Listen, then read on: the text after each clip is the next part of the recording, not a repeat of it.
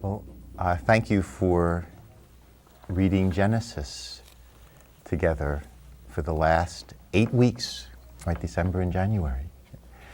And we're now going to, for our wonderful studio, our wonderful audience, let's read part of Genesis from the story of Abraham, chapter 22, the binding of Isaac. And we who have been studying this for December and January are now going to have different parts in presenting this part of the story of Abraham, the binding of Isaac. After these things, Elohim tried Abraham. He said to him, Abraham, here I am. Please take your son, your one and only that you love, Isaac. Go to the land of seeing, Moriah. Offer him up there as an offering on one of the mounts that I will say to you. Abraham rose up early in the morning, bridled his ass. He took 2 of his boys with him and his son Isaac. He split the wood for the offering. He rose and went to the place that the Elohim had said to him. On the 3rd day, Abraham lifted up his eyes and saw a place from afar. Abraham said to his boys, Stay here with the ass. I and the boy will go yonder. We will bow down and return to you. Abraham took the wood for the offering. He placed it upon Isaac, his son. He took in his hand the fire and the knife. The 2 of them went on together. Isaac said to his father Abraham, My father. Here I am, my son. Here is the fire and the wood, but where is the lamb for the offering? Elohim will see to the lamb for the offering, my son. The 2 of them went on together. They came to the place that Elohim had told him of. Abraham built an altar there and laid out the wood. He tied up his son Isaac and set him upon the altar on top of the wood. Abraham put out his hand and took the knife to slay his son. But Yahweh's messenger called to him from the skies and said to him, Abraham, Abraham, Here I am. do not lay your hand on the boy. Do nothing to him. Yes, now I know that you have awe for Elohim. You have not held back your son, your one and only, from me. Abraham lifted up his eyes and saw there was a ram behind, caught in the thicket by its horns. Abraham went and took the ram. He offered it up as an offering in place of his son. Abraham called the name of that place Yahweh sees. So today we say, Yahweh will see on this mountain. Yahweh's messenger called to Abraham a second time from the skies. By myself I swear, Yahweh's words, because you have done this thing, have proven that you are a God-fearing man, and did not hold back your son, your one and only whom you loved. Yes, bless, I will bless you. Increase, I will increase your seed like the stars of the skies, like the sand on the sea's lip. Your seed shall inherit its enemy's gate. They shall bless themselves through your seed. All the nations of the earth will enjoy blessing through your seed because you have listened to my voice. Abraham returned to his boys. They rose and went together to Beersheba. Abraham settled in Beersheba.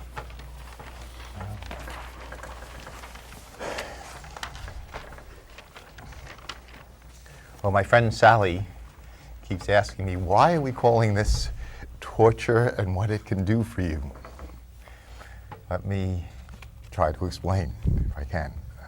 The story's been very important to me for many years. I first asked myself, why does Abraham hear this call, words, to sacrifice his son? What's going on? Is it just some God from heaven telling him to do this?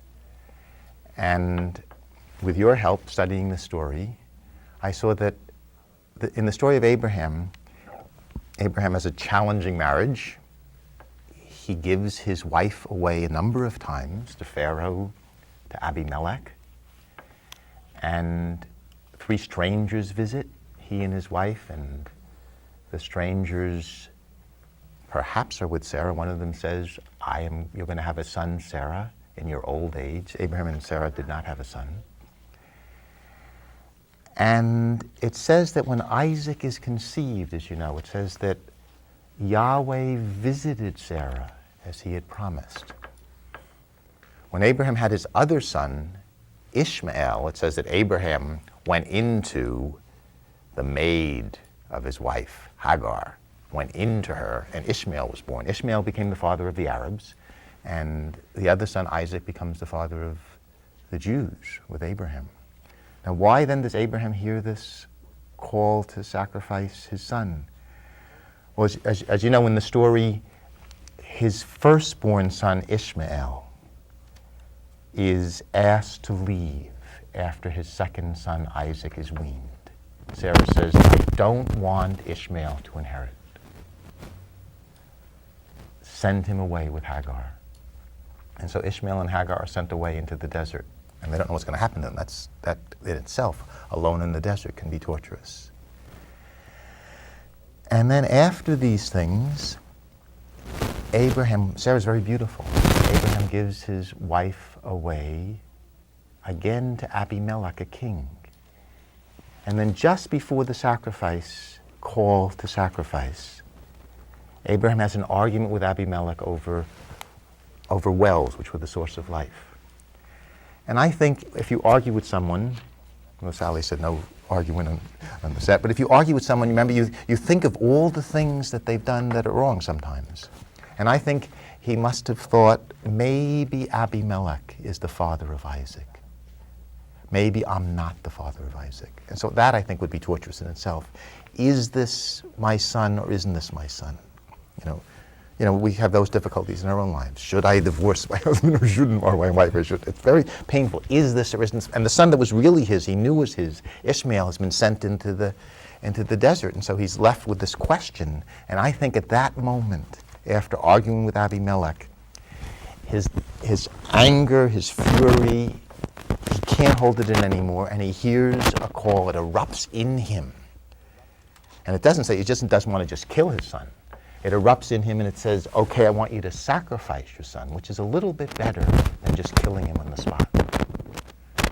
And so he takes the boy and very carefully dealing with this very difficult energy, the desire to kill, he tells 2 other boys to come with him.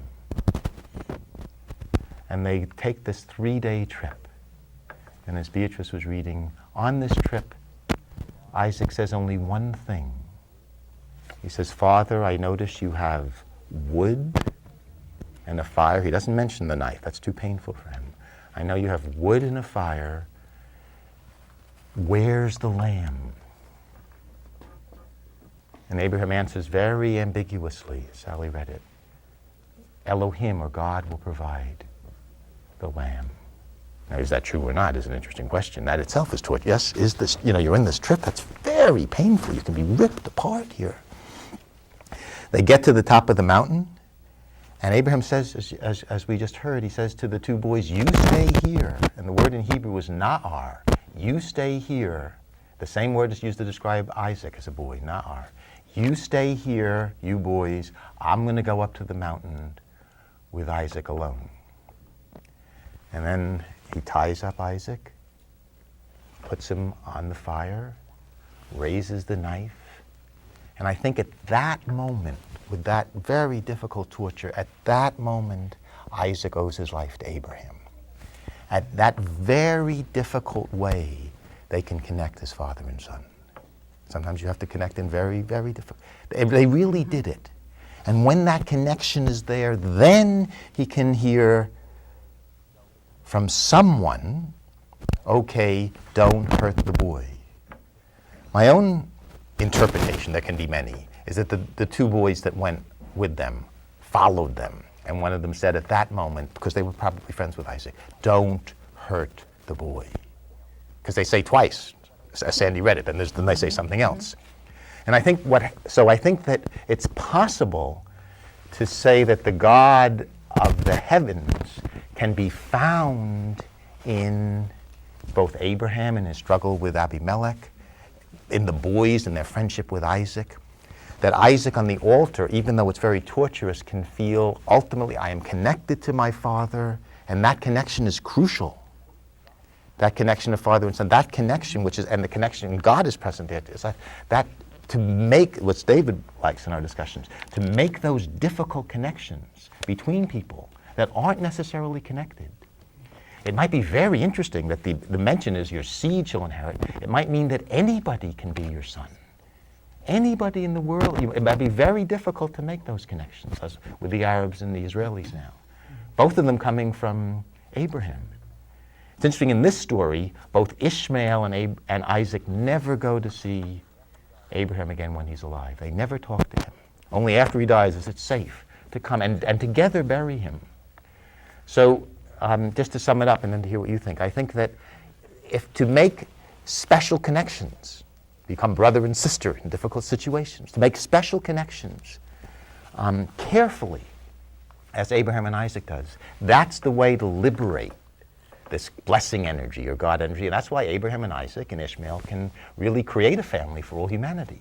And so that we too can, in difficult situations, find the God energy or the blessing energy in ourselves. We've done this a little, meeting at Sally's place. Find that in us and liberate it and feel that blessing or God energy come through us in often very difficult situations. It wasn't difficult being at Sally's place. So that's my own, I'm just interested to hear what, you've heard some of that. I'm interested to hear what you, as now we're on television, which is a different way than meeting in Sally's living room, what feelings and thoughts do you have about this? Well, as you know, that I've had a terrible problem with this title, torture, and what it can do for you. Because it seems to me that torture is a really intentional inflicting of suffering and harm on other people. So if we're looking at the characters in this drama, we have several that we could say intentionally inflicted some sort of harm on other people. First of all, there's God, who inflicted harm on Abraham by commanding him to kill his son, and then there's Abraham inflicting harm on Isaac by trying to kill him. And we don't know where Sarah fits into this. I prefer to say that she's not in the picture at all, because I think if she had been, she would not have agreed to sacrificing her son. I think that there was that natural mother-son connection that she never would have agreed to it. So I think that whoever it was that wrote this just left her out of the picture, and probably God, if there is a God, left Sarah out of it too. So it was a real patriarchal decision. But it seems to me that these, God and Abraham, are the inflictors of torture. And where does that, what did it do for them? You see, may I tell you something? For me, it's not, I don't agree with that when you say that God or Abraham, that God inflicted harm on Abraham, then that Abraham inflicted harm on the son. Because to me, I can see it from a completely different perspective. I see it not like someone inflicting harm, but like God trying to put someone into contact with their own faith. Into contact is a test of faith for me, and it's a test of it's a test of being in touch with your own feelings, and it's a test of, in a very difficult situation, how would you respond to that and be truthful to yourself and others. Mm-hmm. So for me, it's figurative when you say this inflicting harm to his son, because he doesn't inflict harm to his son. No, to be tied up by your... No, but you see, it's a test, it's, to me, it's something figurative when you really don't try to inflict harm. You are testing your own faith in very difficult situations. So it's like a test of redemption. It's a test in the 20th century.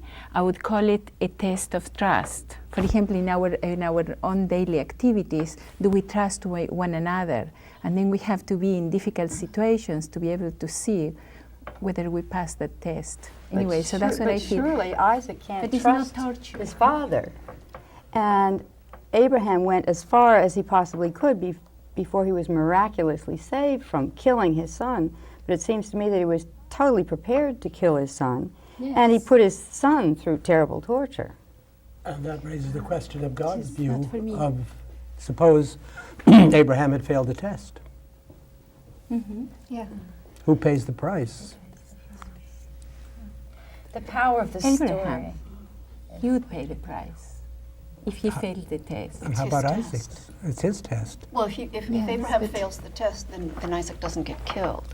That's right. Well, because Abraham would have refused to sacrifice him. That would be the That's right. failure of the test. The failure would be to refuse God's request, because it isn't, certainly in this translation, it's not a command, it's a request. He says, please. And I think, I like what you're saying, because the thing that I keep in the back of my mind as I read this, and I've thought about 14 different things about it, just in the last day, is that the backdrop for this request that God makes of Abraham is God's previous promise to Abraham that he would have a son whom he would call Isaac, and that Isaac would be the source of many nations. That Abraham would become the source of many nations through Isaac, his son. And through Ishmael.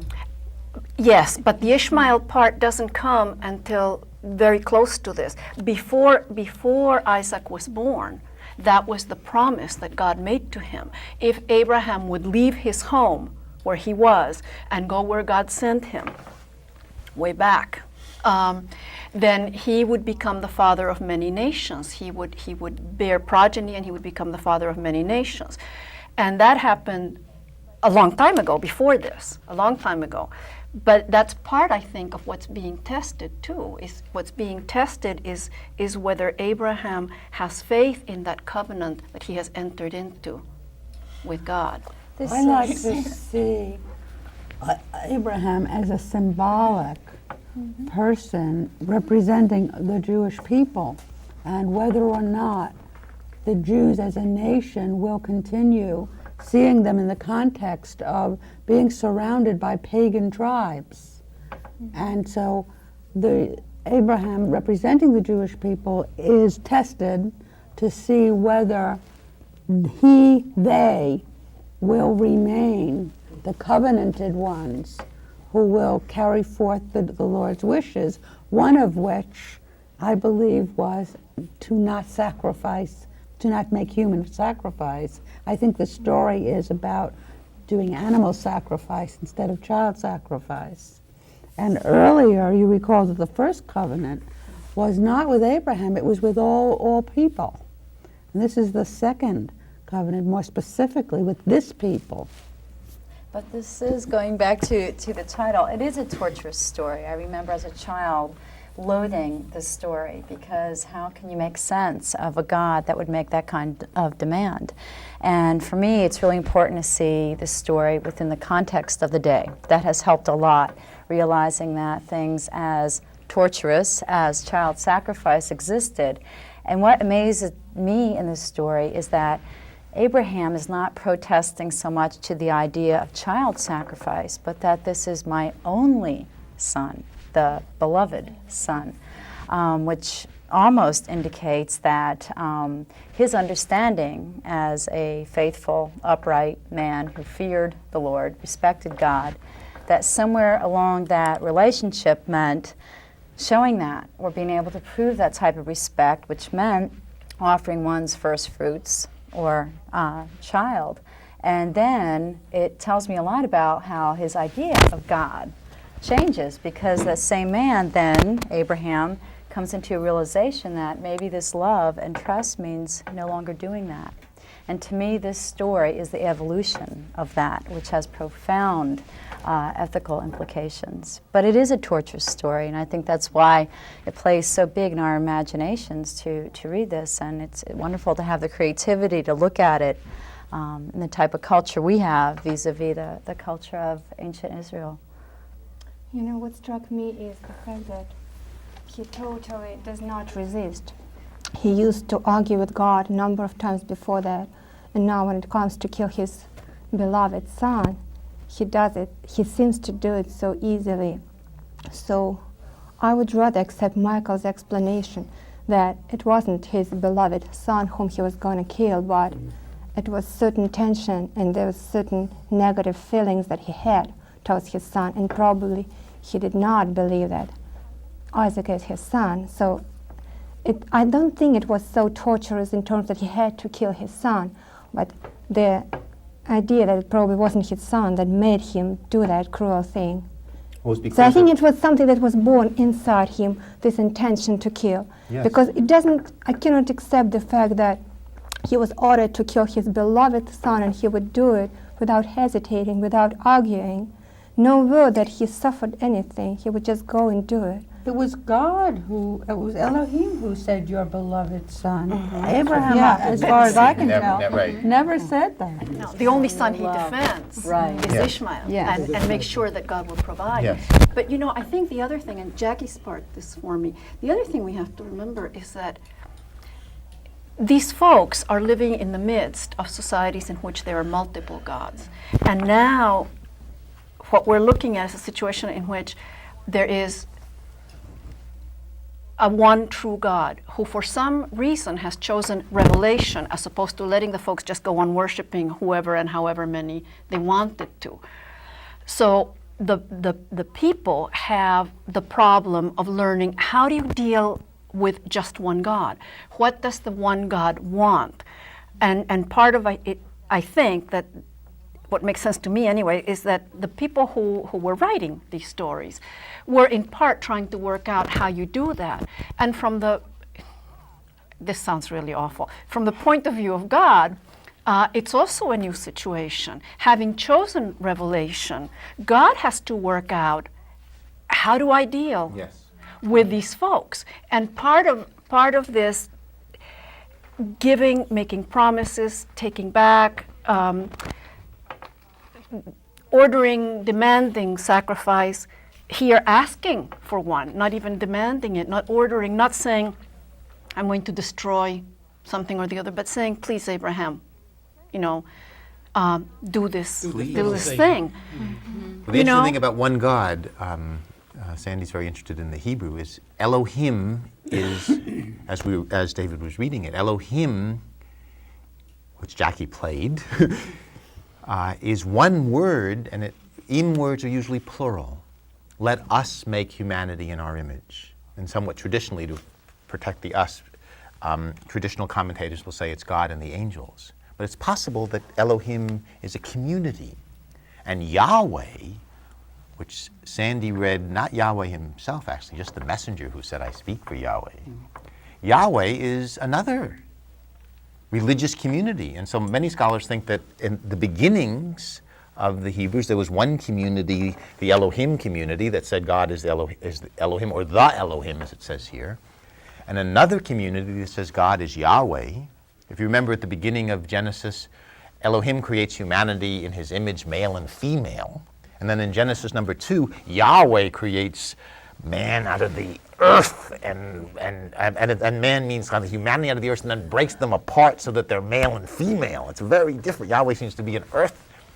And this story could be seen also, not only a connection between Abraham and Isaac is made, so that they really are people can connect and be family even if they're not biologically family. It could be also, if people have different gods, which David would appreciate, if some people believe in Elohim and some people, is there a way to connect that too, so that we can see that our gods are connected and are part of the same kind of connection that was, just like father and son can connect and be one, the different gods can connect and be one. And so it's Elohim who says, please sacrifice that son. Maybe Elohim were not so happy that Abraham and Isaac were going to create with Yahweh a new community, and Yahweh has to say, or just the boys, perhaps as I understand it, through the boys, don't do it. And so it's a harder question I don't know the answer to yet of in some ways Elohim and Yahweh then became, so the holiest became one God, the holiest Hebrew prayer, Shema Yisrael Adonai Eloheinu Adonai Echad.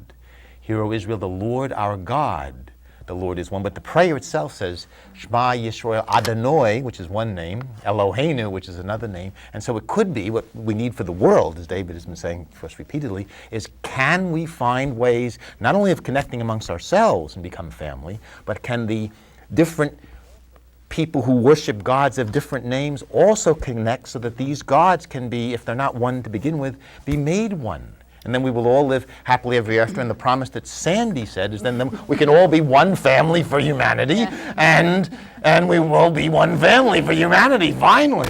And multiple personalities. Yes, with multiple personalities, just like God and just like Abraham and Isaac, yes. The word please in here, I think is very important because my sense of Genesis is that this is really a story about humanity as co-creators with the divine inspiratory spirit. So you like the word please. Please, Please yes. means you and I, we will do this together if you will join me Yes. in this. And so I prefer to see this as the story of the concept of God as the divine indwelling inspiration, and that it is that what is going to be created is a world of co-creation. Essentially, God is saying, I can't do this myself. please help me. I need a people. Will you be my people? What's interesting, because you're so interested in the Hebrew, Yeah. Sandy, is the word please in Hebrew was na, and it's translated often as now. And so just to get the one word right changes the whole way. I mean, imagine instead of, if God says now do this versus please do this, what a difference. But there's a Yes, we like polite. Wouldn't it be nice to have a polite polite God? God? Yes. Yes, wouldn't that be nice? For New England, especially for New England. Yes. there's along that line, there really is a kind of trail. There's a trend. You start out with a God who gets really quite angry and floods the place. Period. And Everyone has a bad day. and yes. leaves a couple of people. But he From promised that- never to do Yeah, that again. Promises never to do it again. Learning is taking place. And what happens is that as we trail it, the trend, it goes to a God who is subject to discussion with, about how many people does it take before we define Sodom and Gomorrah as requiring to be wiped out. Which is better, which is a huge Which has been a improvement. very, very, very great difference. Not very nice, but a huge improvement. A Significant, huge improvement. You're getting well, better. certainly different. Yes, you're certainly getting- different. yes. And then a God who says please. Wow. And if you look at that as a line, that's consistent, I think, with some of the things that we're talking about here. We're talking about a God who is adapting to what God is experiencing in interaction with humans. And learning. It's a learning God. And the learning does move in the direction of one way to look at it is in the direction of a recognition that the good life requires God-like behavior and internalization of God and of belief and of a one world and a one community in humans, But which is our job. It seems to me, David, that God is still incredibly insecure because he keeps coming to Abraham, who does everything that he's told, and still comes back and back. And this time he's saying, please, he's almost begging Abraham to prove over again that he is aware that there is a God and the God is he and so forth. But every relationship takes work. Yes. Especially with God. I mean, this is God trying to. If you even imagine creating something like even characters in a novel, if you write, creating fictional characters, and then trying to work it so that you can figure out really, what's the way that works for them, that makes them have some genuine seemingly genuine existence in and of themselves. And how you work that out, I think, to me, that's part of what God is doing in Genesis, is working it out. If it is a co-creation effort, for example, well, okay, how much leeway do you provide for the humans? How much do you need to help them along to see that there is something beyond just themselves, and that they have to live with it? Is God as vulnerable as Sally was suggesting? Oh. Is the God in us? Definitely. Is the God in us like hugely vulnerable? And maybe it would be wonderful to have a God who admits how vulnerable he is. At least I sometimes think of that the best religious moment in the movies ever is the Wizard of Oz, right? When the wizard, remember? Pay When no the wizard, attention to don't that pay woman." attention to the man behind the curtain, right? And I love having. A friend of mine has on her refrigerator. Yes, my friend Maya has on her refrigerator a statement that says, what we're afraid of inside is not our fears and not even how bad we are. What we're afraid of is the God inside us. That's scary. Because maybe if we discovered that, we might have more power to do bad as well as good, and perhaps more responsibility, yes? What if we all discovered that we're godless, yes? That we're all chips off the old cosmic block. And we have that power in us.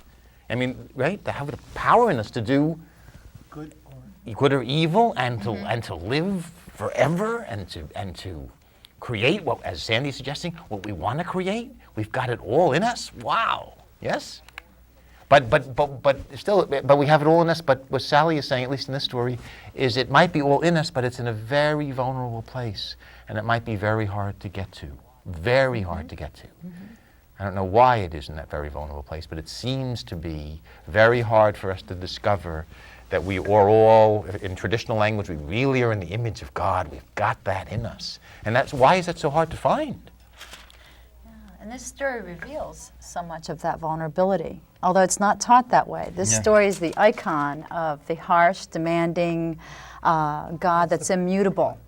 And when I find, especially when you were talking to us about the Hebrew, about the meaning of Moriah, is the vision of Yahweh, that God Elohim sees something different, see something different and change and be impacted, and that's later the place where the temple's built. Yes.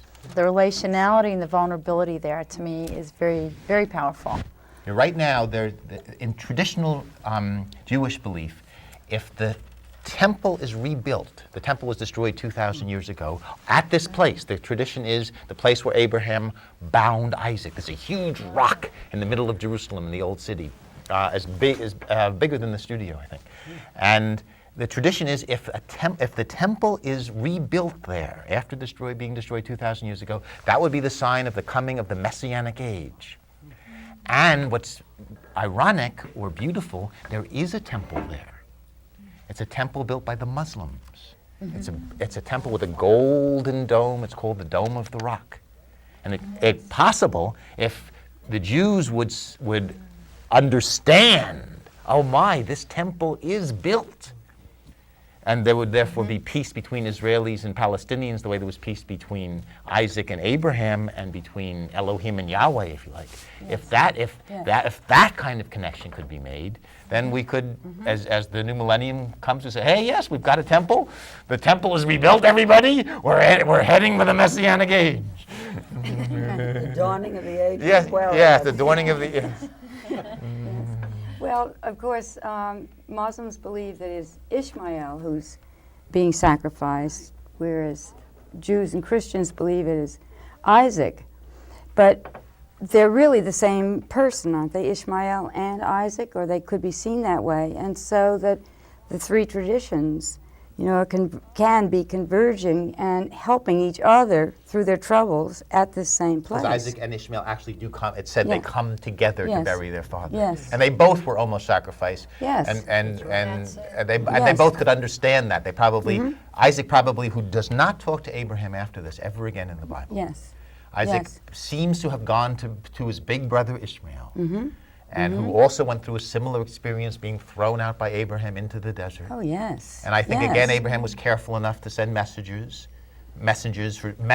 who said that they were the voice of God, and so that they could both say, we were very hurt by our father, but we're still going to come and bury him. Well, he was pretty abusive to Yeah, those two they're really sons. careful. They're really careful. They're not going to go. Title's making more sense. Yes. Oh no, they're very abusive. Yes. Yes. But, it's a strange thing. What occurs to me, strange for me anyway, what occurs to me as we're talking about the Old Testament and all of the visions of the harshness and the demands and et cetera, as we're trying to make sense of the story, we are talking about relationships, we're implying love, and that word is not a very frequently appearing word No, in the Old Elohim Testament. Elohim says that you love your son. But And not someone here was frequently. saying they weren't sure that was really true. I think, was it Anya? Yes. But maybe afterwards, if someone says you love your son when you don't love your son, that maybe can help. I was sitting with a friend of mine and someone said, and of course we're going to speak from our heart, and I all of a sudden said, oh yes, I guess I'm going to speak from my heart. And I wasn't. So it could be that Elohim telling Abraham you love him might have helped him love him. Yeah, but my point is that as we're trying to make sense of the story, Yes. we make recourse to the assumption of love and relationship to make sense of the story. Right. But it doesn't appear as a word with great frequency in the story. No, just once. Just once. In the story, which I find interesting. And I think also... But it's not without, what I'm saying is that the Old Testament is not without love. No. But certainly as far as Abraham is concerned, never mind whether it says love or not, in his behavior he doesn't show any affection or loyalty. And the only time that I see it is particularly in this story when he says to Isaac, my son. So there is some feeling that there's a closeness, and maybe the two bond at that moment. But at least as far as the story explains it to us, he's going up there with Isaac to kill him. But he's not very affectionate in general. No. He gave up his wife twice. Yes. And he's not a And very he threw positive out- character throughout the whole story. I'm surprised he was the founder of the big nation. He should have. I mean, really, what did he do? He did not protect his wife. He No. did not protect his older son. And he was ready to kill his younger son. But still, there's something in him, that fear of God, and probably God needs that so much that Abraham became the one, because God needs love in this story, and God is looking for somebody who will give that love. So even though Abraham doesn't love his family that much, Abraham is fearful of God and loves God more than his family. Yes. Yes. But I And would do anything for God, kill his own Yeah. son. well, And when he See, I don't see leaves, that. yes. he goes home alone with the two boys, and he has no family left. He doesn't have Ishmael, he doesn't have Isaac, and Sarah dies. Yes. Then, of course, he got married again and started a whole new family, And maybe the two did boys better. are symbolic of this large plantation of his holdings. My understanding of these two men are they're just part of his household Yes. in a very extended sense, Yes. as Hagar had been. On the Bill Moyer show, which helped inspire this, some people said that they had trouble not seeing Abraham as a woman, which is some way what you're saying. It's taken me a long time I've been drawn to him for many reasons, a long time to really have at least one interpretation, which I love, to not see him that way. And I see, certainly with Isaac and Ishmael, that I like to see that the part that Sandy was reading, that the messengers were sent out by him. And that the love that David was talking about, the love is not an easy love in the Hebrew Bible. It's not an easy love. And I see in these very difficult situations with Ishmael and Isaac and Sarah, who was also his half-sister, in these very difficult situations, he figured out a way, like a dancer, he choreographed a situation that would make it work. And so, although it was very difficult, he did connect with Isaac. Although it was very difficult, he and Sarai did start a family. So in that sense, I think he was a great choreographer. And that's why God, I love what you were saying too, but that's why he was really able in extraordinarily, this is why I like the title Torture, in extraordinarily torturous situations, which we all go through. This is the 20th century, yes?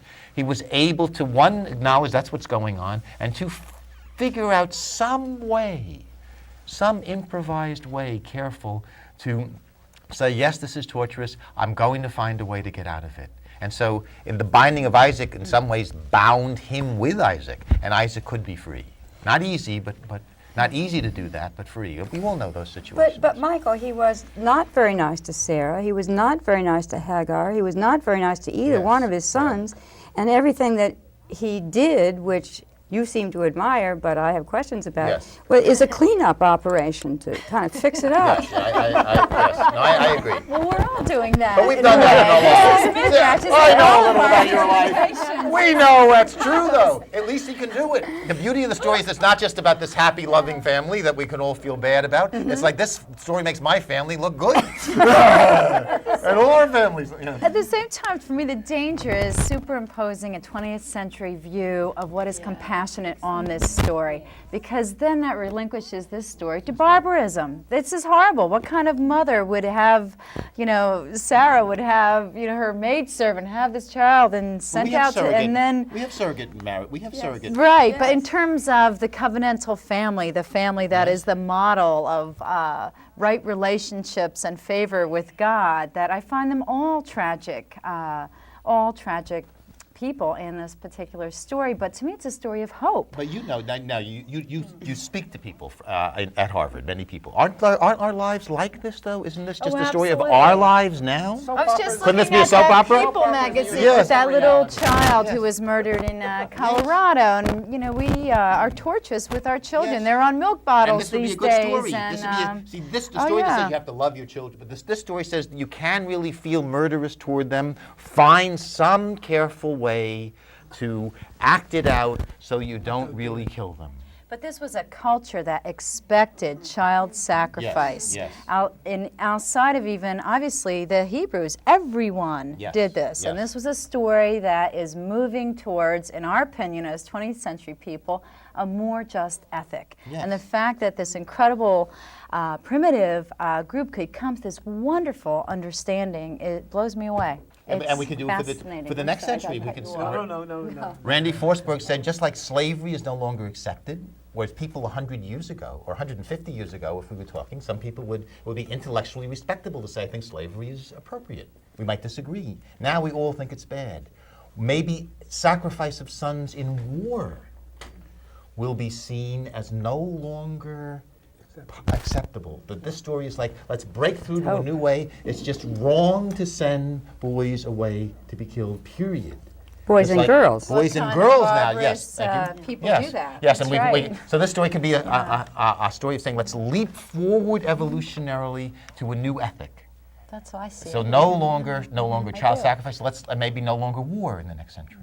But for me, the most important theme that emerges from this, as Old Testament and as a root of major religions, around the notion of God learning and God changing, is the rejection of the immutability of learning at any one time, of what constitutes goodness at any one time.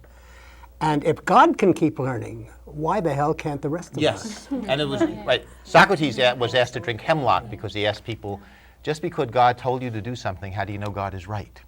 And this story also is a story of God saying please and God making mistakes, as you were saying. I'm sorry I flooded the world. I won't do it again. Pretty big mistake. I promise I'll never do that again. Wouldn't it be wonderful, even if for all of us in the world, in order to make a more peaceful world, just because God tells us to do something, we know God can grow and learn too, as David said. That would greatly help us.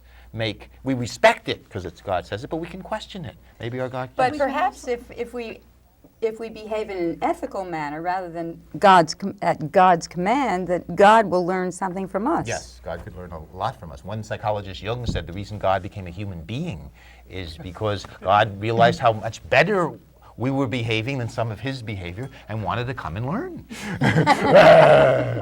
Jung said that? Yes. So to speak. I think the other thing is that What's the Hebrew? that I would draw from this as a 20th century person is that we need, as human beings, we need to be careful when we think that we are being called by God to do something that might go against some of our instincts or some of what we have learned to be good or ethical behavior. Because part of what this is about also is a second chance. It's God. You know, Abraham sometimes acts like he's crazy, really, and delusionary. Even. Unlike the rest of us, yes. Unlike the rest of us, exactly. And I think that there's a possibility that what you see is that Abraham interprets what he thinks God is saying in one way, and may have got it wrong. Yes. And when he's, you know, chugging along, doing his thing that he thinks God called him to do, God truly does come and says, hold it right there. What's interesting is what the rabbis have noticed, reading this carefully, is that Elohim, the big Elohim, as Jackie was reading him, says, please do this. And it's only messengers, as Sandy was reading, it's only messengers of Yahweh who say, don't do this. And they ask, why does he listen to messengers when the big Elohim? Is that really the case? Yes, that's really the case. I'm just looking at your translation yes, here. that's an any trade. Well, because it says, by myself I swear. Right, but it's still the Yahweh's messengers. It's still, words. yes, the messengers are saying that their voice, God. Yeah. their voices for God, but it's not God, it's not Yahweh himself. And so they say, why does he listen? So in some ways he's doing what you suggest. Elohim tells him one thing, God tells him one thing, and then he can hear another voice, either from himself, from the boys, or somewhere, that says, don't do it. That's it. Exactly what your brother's saying. They're covering for Isaac. Well, this is the argument he didn't have with God in the first place. Yes. Then, so Well, to though speak. maybe he learned to do it more subtly. And when he convinces God to try not say, don't destroy Sodom if there are just people there. Now he's learned to very subtly have that argument, very subtly, and still save his son. And as both of you are saying, and maybe many of us, that's a way to produce a better family and a better world. That even when God speaks to us, we say we need a second, as we say with doctors, we need a second opinion.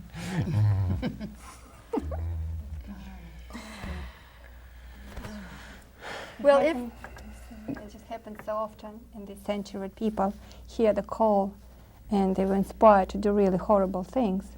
And I think it's really a story about should we really believe that God calls us to do things, or should we have the second doubt, second opinion? But this is what's so interesting to me in this story, and also in Hebrew tradition, is that you cannot have a call isolated from a people. So it's not just one day I hear a voice, you know, you want that checked out. But a people who have an ethical sense of what does this look like in the past? How do we discern God moving us in the context of a just community? And that's much more trustworthy, we hope. Well, theoretically, there's been some communal learning that goes beyond what one person might be able to learn by him or herself. So that checking with the ethic of your community, with the, checking the ethos, is an important part of being part of God's community as well. But to make it hard, I mean, the ethics, he didn't check with Sarah. He wouldn't have done this if he checked. He No, wouldn't I think have. he snuck out in the dark of night. Yes. Yes, he did. Oh, it says he rose early. It says it. It says it. David read it. He rose early in the morning. Before Sarah. Oh, for sure. So that's a hard question. When do you check, and when do you say this is the way? That's a very hard question. Well, who do you check with? And who do you? Yes. Yes, if he let Sarah know what he was about, there would have been a major battle. No way. When he had an argument with Sarah before, he prayed, and Elohim, God said, do what your wife tells you to do. Right? You're also suggesting that women in general are not early risers. But it's really hard to figure these things out, because if the ethic was the expected thing, was some kind of sacrifice, again, through antiquity, this is the paramount story of the test. When God calls Abraham and it's ready, that's lifted up as the model of the person ready to answer to God's beckoning. He's held up as, the pinnacle of what it means to be faithful, and this great test of the thing most loved, or the only son, and we know the whole story of how the son came to be, is the big test. But I still have to wonder, the question of how faithfulness is looked at if it's this costly. It is costly. But do you have to? I mean, the traditional teaching is we have to give up. We have to give up often what is most dear to us in order to be on the right. Or do we have to do that? Do we have to be willing to give up what's most dear to us, or is that? Oh my goodness. Well, No. this Yes, changes no? in the story. Yes. Yes, that for me is what's so critical, because if the test of belief is being willing to kill, then what you have is a rationale for all of the killing that goes on by people who have, from their point of view, religious reasons, moral reasons for doing it. It's the very ambiguity that we're talking about here that's significantly So you can different. feel it, but you find a way not to do it, which is this story It's is very about. different, You yeah. feel it and find a way not to do Not it. to do it.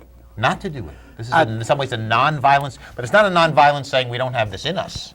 No. It's a non-violence saying, yes, I understand what it's like to want to kill people that are close to me, but I'm going to find a way. There's an old Hebrew expression: serve God with the evil impulse. Use those evil impulses well, which I think Abraham did here. If he made his own choice, what if the messenger from God hadn't come in time? But I think he choreographed it carefully to have the boys there. See, if you're dealing with something this difficult, Yes. I didn't know this all my life, but if you really take care, like our television show, they really are. This Dead Air Live really took care to make this work. We really take care to do it well, which you did in your home. With the wine, with the food, with the coffee at the end. Really these conversations are fragile, like relationships. You really took care to make it work. Doesn't it teach you that we should be ready for sacrifices? In a way, yeah, because you said, when will we be ready for that? When we send our kids to the war to protect the country. And I think that's quite natural, and that's a sacrifice, but we should be ready for that. So there's certain situations when you have to do that, Yes. and you may be right. Back then, it was natural to sacrifice your children. So like we do it now to send them to war. So I like this story: be ready for sacrifice, but find a way so you don't have to do it. There are times when you cannot avoid sacrifice. But Anya, there's a difference between being ready to sacrifice your child. And doing it.